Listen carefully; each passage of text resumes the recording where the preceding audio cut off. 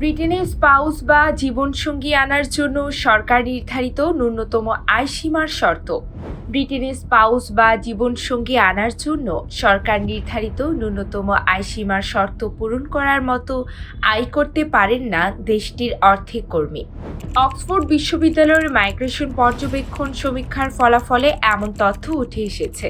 এতে বলা হয়েছে, ব্রিটেনের প্রায় অর্ধেক কর্মী বছরে 29,000 পাউন্ডের কম আয় করেন। চলতি বছরের 1 এপ্রিল থেকে যুক্তরাজ্যে বাইরের দেশ থেকে স্বামী বা স্ত্রী আনার ক্ষেত্রে বার্ষিক ন্যূনতম 29,000 পাউন্ড আয় থাকার শর্ত কার্যকর করবে হোম অফিস। বর্তমানে এই আয়সীমা 18,600 পাউন্ড রয়েছে। 2025 সালে ব্রিটেনে স্পাউস আনতে হলে 38,700 পাউন্ড আয় করতে হবে। যদিও অক্সফোর্ড বিশ্ববিদ্যালয়ের মাইগ্রেশন পর্যবেক্ষণ সমীক্ষার ফলাফলে দেখা গেছে 70% ব্রিটিশ কর্মী বছরে 38,700 পাউন্ড আয় করতে পারে না। মূলত নেট মাইগ্রেশন রেকর্ড সংখ্যায় বেড়ে যাওয়ার পর কেয়ার ভিসা সহ অন্যান্য ওয়ার্ক পারমিট ও স্টুডেন্ট ভিসার ক্ষেত্রে যুক্তরাজ্য সরকার নতুন করে শর্ত আরোপ করছে। স্পাউস ভিসার ক্ষেত্রেও তখন সরকার নতুন করে শর্ত আরোপ করেছিল।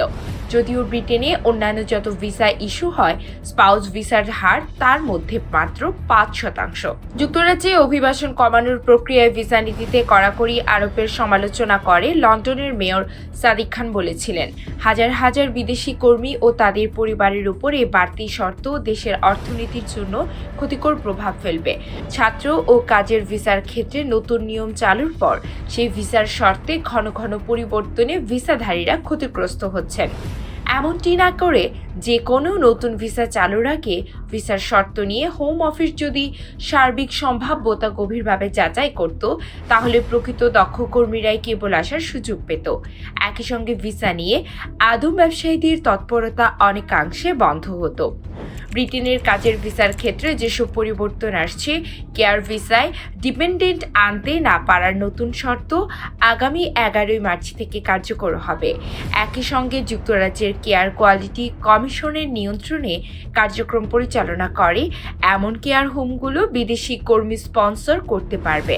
দক্ষ কর্মী ভিসার ক্ষেত্রে ন্যূনতম বেতন সীমার বিষয়ে 14 মার্চ হোম অফিস ঘোষণা দেবে।